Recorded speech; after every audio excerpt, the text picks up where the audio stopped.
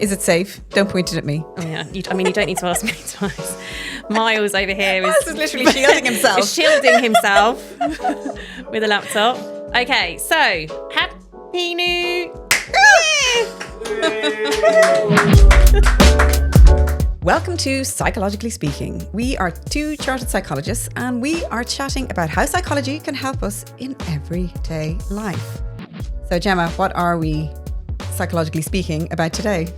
Well, there is only one option today as we approach New Year. We have to talk about resolutions, goals, New Year, new me.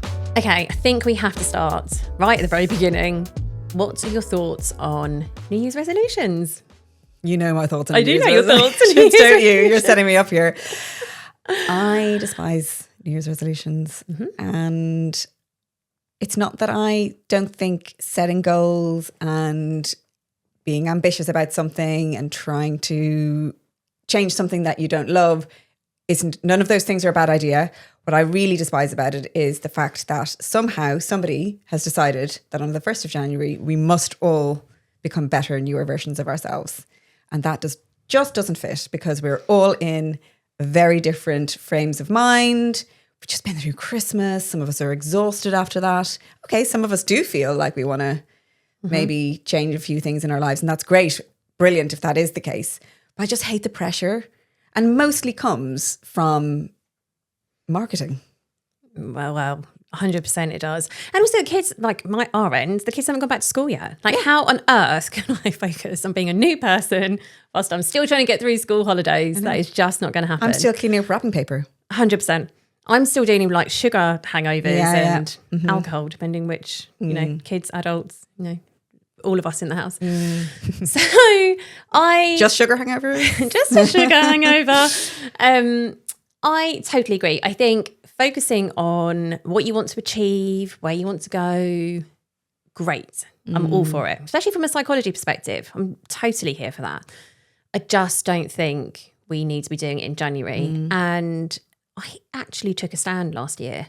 So I didn't make any New Year's resolutions. I don't think I set any goals in January. I did set goals throughout the year, just not in January. It just feels like too much manufactured pressure. Definitely. Which is not my vibe. No. Do you know, we did a little mini break, didn't we, in January last year? We did. And I don't think we overtly said that we are setting resolutions particularly. We did set a few goals and we talked even about this podcast and what we were going to do about it. But I feel like that for me was a good restart moment. And that was not at the beginning of January. It was in January. It happened to be in the middle of January. And for me, that was a fresh start. So in behavioral science, there's this concept called the fresh start effect. Katie Milkman, who is a behavioral scientist, writes about it in her book, which is a really good book. It's called How to Change. It's really good. It's got lots and lots of really good tips on if you want to change a habit, how to do it. And it's really relatable as well.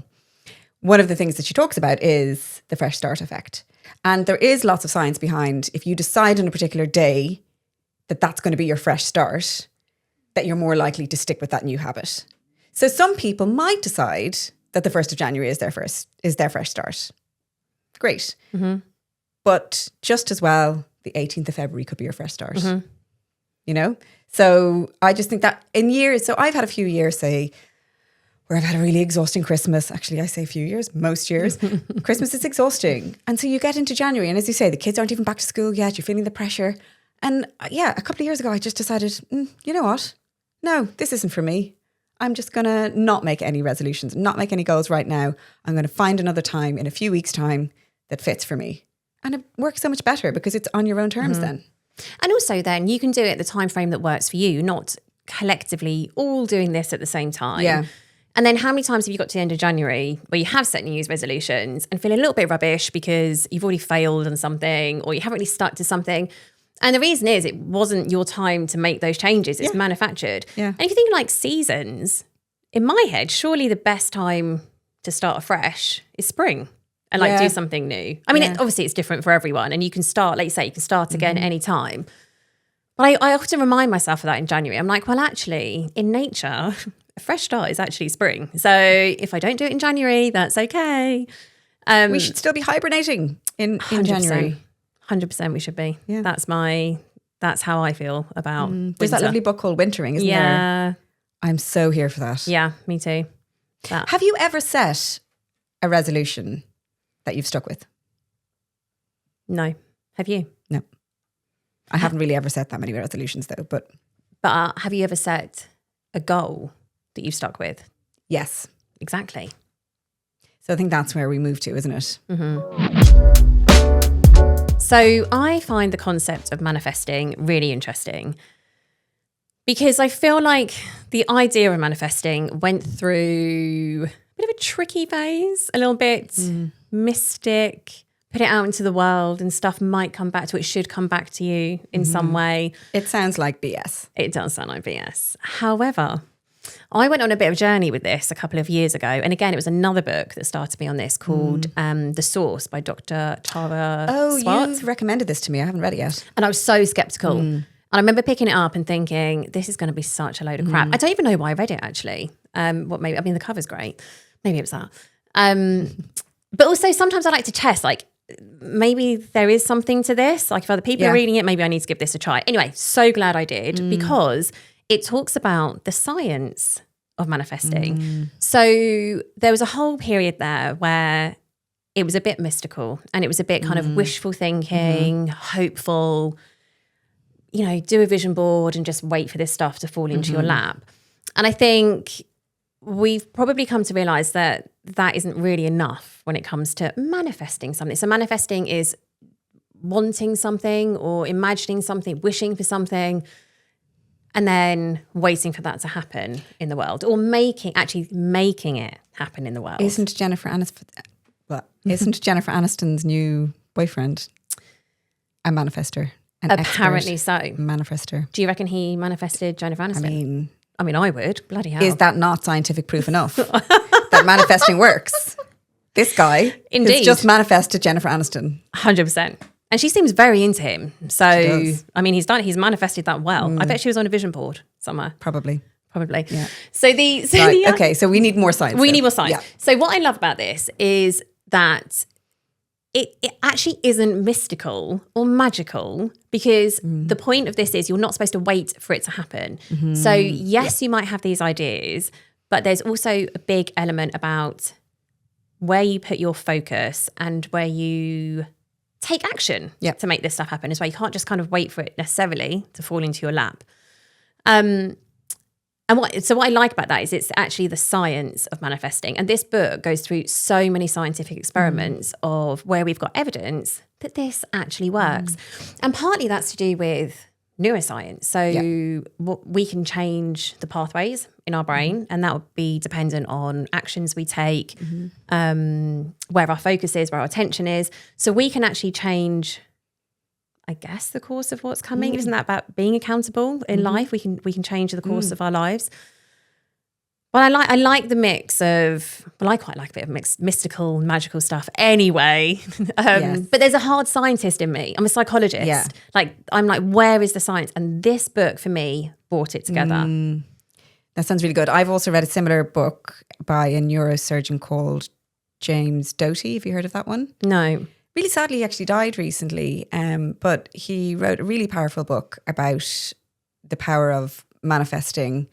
And he came from quite a humble background and he just learned how to manifest his way into success, but through action, of course. But the way he describes it is that, exactly as he said, we need to pay attention and then take action. So he talks about how there's the prefrontal cortex in your brain, and basically if you pay attention using the words associated with whatever it is that you want to get to, or visualize what it is you want to get to, your prefrontal cortex, which is in charge of things like your decision making, your attention and that kind of thing, it can actually deselect what won't get you to the goal and select what will, as you kind of wade through all of the inputs that you're going through in your life. And when I thought about it like that, I was like, that actually makes so much sense. I was trying to explain it to the kids the other day because they were looking for an acai bowl, as children do these days. What's that? You know acai bowls? No. Acai is a fruit. So Oh. it's basically like frozen acai with loads of different nut butter and yogurt and nuts and seeds. Oh, I think and that kind of thing. have seen this. They're a bit of I don't know. There's a bit of a craze going on about acai bowls in my area at the moment. But I feel like where you are, we talked about this earlier, it's a lot more bougie than where I am. It's bougie, maybe. I think it's more bougie. Yeah. But it's lovely, delightful. Like my dream. The amount of time I'm like, I think we should move to Dublin. You should move to Dublin. Let's manifest that.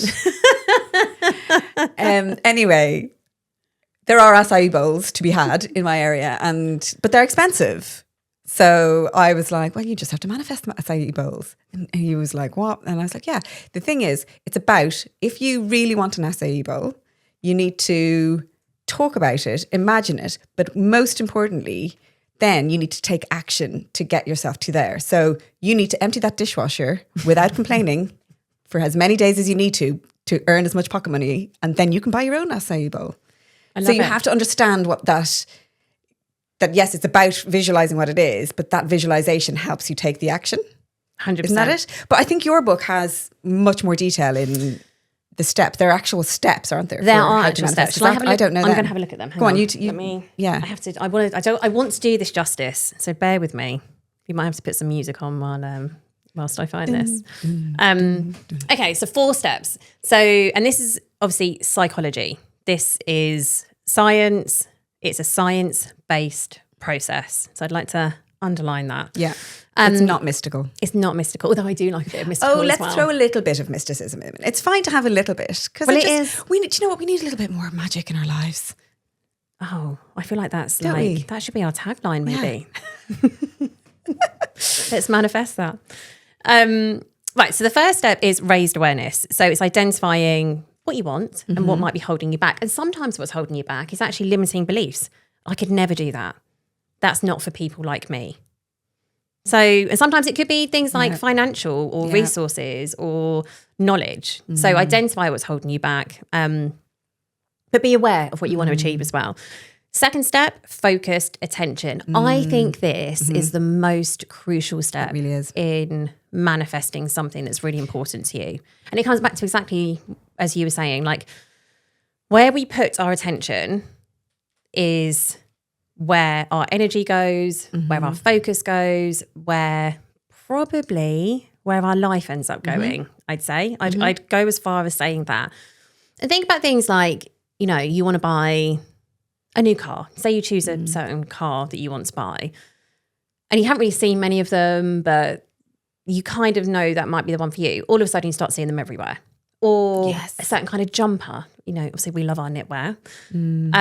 A certain kind of jumper that you might like, all of a sudden you see it everywhere, or type of art. So, and that isn't because more of these things are popping up. It's not mystical. It's because you're noticing it more. Yes. You're priming your brain. Definitely happens, yeah. So the thing it's about consciously directing your attention, but it's also priming yourself to spot these things that were probably there already. And in a manifesting scenario, you're probably also spotting opportunities to get you to the next step to be able to reach that as well, which is what I love. So I just love it. I just think of it as priming. I'm just priming my brain, directing it where to go. Okay. And you need to be able to spot opportunities. You do. Because if you're just constantly looking out and seeing absolutely everything, you're never going to spot where the opportunities are. But if you're really focused, then you will. 100%. And that's, that's the key to manifesting, in my opinion. Third step, deliberate practice. Again, this is part that I think so many people, in the mystical sense, miss out. Yeah.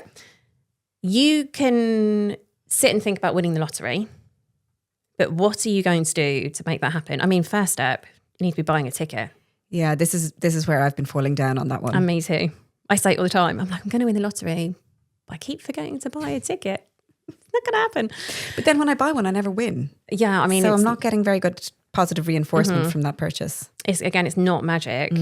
So some things work, some things don't. And also maybe thinking about manifesting things that could be in your control. Like you could someday, I mean, lottery's pretty random, to be fair. There's one winner in however many millions. But things like you want to write a book or become a great dancer, or I don't know, I'm trying to think of other things that you might want to do. You can take steps to make that more likely. Okay. And the fourth part is accountability. So this could be things like sharing your goals with others. Lots of people do action boards. Yeah. So not just vision boards. Not just vision boards. So how you're taking the action. Yeah. I like that. Again, I really like that because I find vision boards a bit difficult for this reason. But I'm like, So do I. I totally do. I need to know exactly how I'm getting there. I don't want to just think about the end. Yeah. And I think that's the key part here. So it's marrying up what's important to us. I think some of our values-based decision-making comes in here, values-based goals, what's really important to you, because that's what's going to keep you moving forward when it's tough. And then the part about taking accountability and priming your focus. Yeah. And putting all of that together can help you achieve goals. That's amazing. Okay, so how do we look after ourselves then at the start of a new year? Well, I think we've covered already. The first thing to do is just take the pressure off. You do not have to change. You do not have to do anything to be a better person right now. Just look after yourself. Find another time to kick it forward to. But I think in a way, using what we've just talked about with manifesting or even goal setting to set yourself up to be more well this year is a nice way to look at it. Rather than setting yourself really punitive goals about, I must go to the gym every day, or, I'm going to go for this thing at work. Think about, okay, how am I going to equip myself? How am I going to resource myself this year so that I will be the best that I can be this year? And in a way, I prefer looking at it like that because it's kind of like, yeah, I'm going to build myself up this year rather than I'm going to, drag myself through something really unpleasant. What do you think? I like the focus on being a well person. Yes. And well-being, being a well-being. Yeah. I think that's something that's good for all of us to incorporate into our year. And that'll be different things for all of us. Some of us, it might be physical health. It might be taking up a hobby, running, going to the gym. It could be how we eat, how we sleep, how we social well-being, how we interact with others, psychological. So, we talk a lot about things like acceptance and commitment therapy and changing the way we think and perspective. I like the idea of working towards something in a new year. At some point, when you're ready, you don't have to change anything straight away. That helps equip you to feel better in some way throughout the year. And I think the idea of pushing goals back, if you want to, you don't have to change anything now or ever. In fact, you might be happy with the way things are rolling and you might think, actually, that's how I want my year to go. I just want to be content and continue on the same path. Which is totally fine. I know, isn't it? I mean, that's actually my dream. I know. That's my dream, to have a year start and think, do you know what? I'm content. Yeah. I'd like more of that. I mean, I think that's probably unlikely after the Christmas holidays with kids at home. Not content with this as an ongoing situation. When school starts again, I will be content. Yeah. But actually, in the grand scheme of things, maybe, and maybe that's a thing as well, like taking a step back and looking, because we get so fixated on things like what the scales say or what our job title says about us. Or when I say scales, I'm talking about, standing on the scales and weighing yourself. Scales, yeah. I don't know weighing scales. I don't have any weighing scales either. I haven't weighed myself in years. It can be a bit of a pain. Sometimes I can't think of things. There are things where someone's gone, how much do you weigh? And I'm like, I don't know. I don't know either. And I don't know how much the kids weigh either. Oh yeah, that I don't know. And I always feel like such a bad parent when somebody asks me how much they weigh. I'm like, I don't. Your guess is as good as mine. They're this size. Kind of like this. Kind of like this. I don't know. So I like this idea of kind of pushing things. I like the idea of looking after ourselves. I like the idea of starting again whenever you want to. Yes. It could be the 17th of February. It could be a spring start. It could be end of the summer holidays. It could be New Year's Day. It could be New Year's Eve. Who cares? It's no one else's journey. It's yours. So starting again if and when you want to. I want to give people kind of the permission to do that and give ourselves permission to do that as well. There are a few maybe reflective questions you could ask yourself at the beginning of the new year. Like one thing that I often ask myself is what is well-being going to look like for me this year? So, because as you said, well-being first of all, well-being is different to everyone, but also each year well-being might be different for you.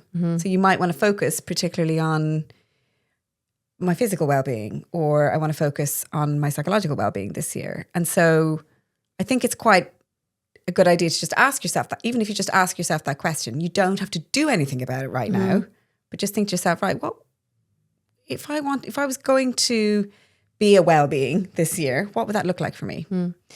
And even that asking yourself that question in itself will help you hone your focus a little bit on making the right decisions as and when.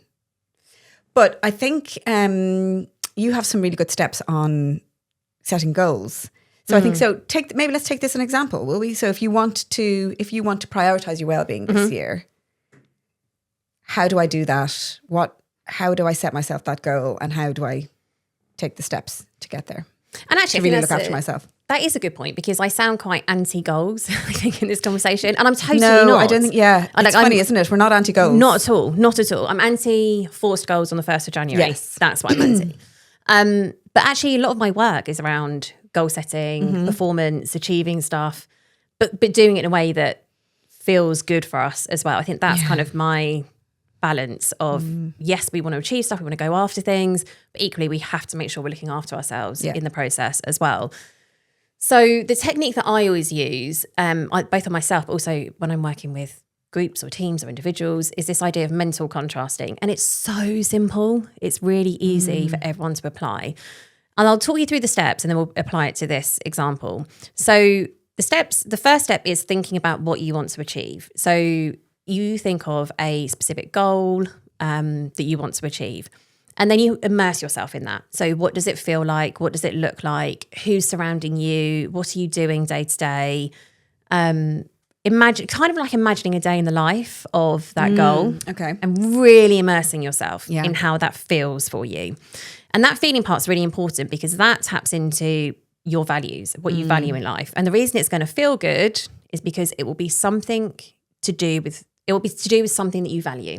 So whether that's more time with the kids, or more knowledge because you are developing your expertise, or achieving something that really matters. Like it could be a great financial goal for you, which is going to set you and your family up. But it will tap into something that matters. The next step is you kind of like quickly rewind and jump back to where you are now. Where am I now? Where am I now? And think about how different that looks to where you want to go. Okay. So the chances are there's going to be, could be a fairly big gap between where you are now and where you want to go. And it's that gap that is your motivation. It's your gap that on the hard days keeps you going. Imagining what it's going to feel like when you get there, because there are going to be hard days. Hardly any goal we set ourselves is really easy to achieve. So you have to take that into account, don't you? You have to take that into account. If the hardest day almost. The hardest day. You have to think about the hardest day. And actually that's the next step. So you've got your future back to today. That's your contrast. It's called mental contrasting. And then you've got your, what do I do on my hardest day? So you think about, okay, what things are going to knock me off course? What's going to get in my way? What's going to threaten my chances of achieving that goal? It could be lack of time. It could be lack of resources. It could be lack of interest. Lack of sleep, 100%. That's it for me, always. And actually, that's a really good well-being goal as well. So you think about what it's going to look like on the hardest day. You're trying to achieve your goal and you don't really want to carry on. And then you think about some ideas of, okay, when this happens, this is what I'm going to do. Okay. I'm going to, when I'm really exhausted and I can't keep going forward with this, I'm going to give myself a week off. I'm going to focus on recouping, resting, and I'm going to start again. And the reason we do that planning, I don't think you can't plan for everything, obviously, but if you can plan for the stuff is likely to happen, the reason we do that planning in advance is because on your hardest day, it's actually quite hard to come up with ideas about how you keep moving forward. It's really hard to resource yourself with what you need to move forward. So if you've done a bit of that in advance, you're kind of prepared. I mean, obviously you can't prepare for everything. So if you are in a point where you want to set yourself a goal, again, on any date of the year, those are the steps that I would take. And actually, if you think about it in terms of this well-being, say the sleep, for example. So you imagine what your life would look like as a very well-rested person. So it might change how you interact with others. It might change your work life, might change your energy levels. It might mean that you go to the gym more or go to karate more, whatever you do with your spare time actively. Then you imagine where you are today, feeling sluggish, under the weather, don't want to communicate, don't want to go out, bit snappy. And you think like immersing yourself in what it feels like when you get there. That then keeps you moving forward. But also you have to have a plan as well. So you have to then put your steps in place. Okay, these are things I'm going to do. I'm going to prioritize sleep. I'm going to make sure I turn my phone off at 8 p.m. I'm going to make sure I'm in bed by 10 p.m. no matter what. These are examples, by the way. And then you plan for your hardest day. What do you do when the kids are up for a week? I really like that because those are the days that throw you off kilter, and those are the days that then completely set your goal off track, because if you've had 1 or 2 days where you're like, well, actually, I haven't been to Pilates now for a couple of days, so now I'm out of the habit, and now it's hard to go back. But even I've learned when I've done this kind of approach to, let's use this as continue to use this as an example, I just even say, like last week, I still went to the gym, I just went lighter. I just did a bit of a lighter go around the gym. But it just meant that I was still keeping the habit going. And because, you know, it's not going to make a major difference to your life if you don't go to the gym on one day. But if you keep not going to the gym and you get out of the habit, then that's when problems occur. But if you make that deal with yourself almost, right, you know what, on a hard day, I'm still going to go up to the gym, but I'll just do a light version of what I would normally do. Then you've still done it. You've still kept the habit going, still done a little bit of exercise as well. That can't do any harm. And you feel the better for it. So I really like that. But I completely agree. I definitely need to have that plan in my back pocket, because otherwise on a really, really hard day, it's very hard to make good choices, isn't it? 100%. So I really, really like that, where you think about how you're still going to continue to progress towards that goal, even on the really, really hard days. Okay, so good, the bad, the blurry. Let's do this on the new year, new me mindset. What do we think is good about that? Is there anything good about it? If it's the right time. If it's the right time, it can be good. Yeah. It's good to start afresh. Do you know what? If you've had a not particularly good year, it's not a bad thing to feel like you're starting afresh. So if you want your fresh start to be on January the 1st, great. That's fine.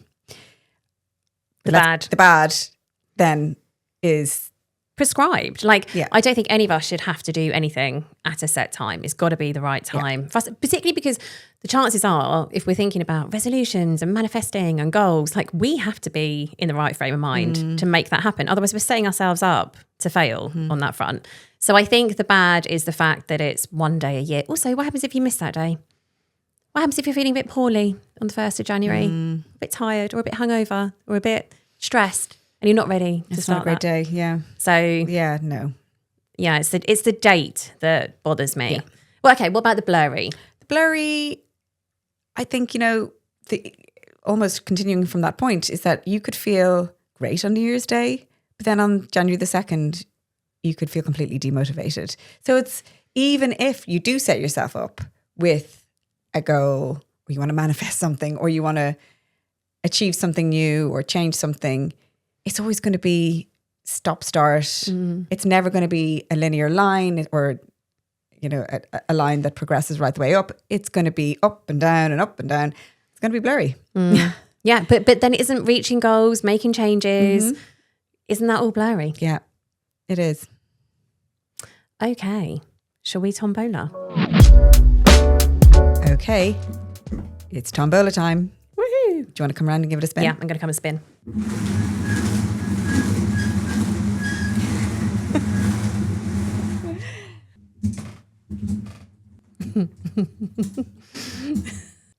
Oh, I love that pop. Pop. Not quite as good as a champagne pop. Almost. I have a high-paying job, but have absolutely no idea what I'm doing or how I got here. Is that normal? I mean, Who wrote let's that? hope so. I feel like that's the life that I'm manifesting. You've just picked up my Yeah. manifestation ball. Yeah, that is. Can we have that as a manifesto? I want a high-paying job with absolutely no idea of how I got there. And absolutely no work to do. That would be amazing. Can I add that on the end of mine?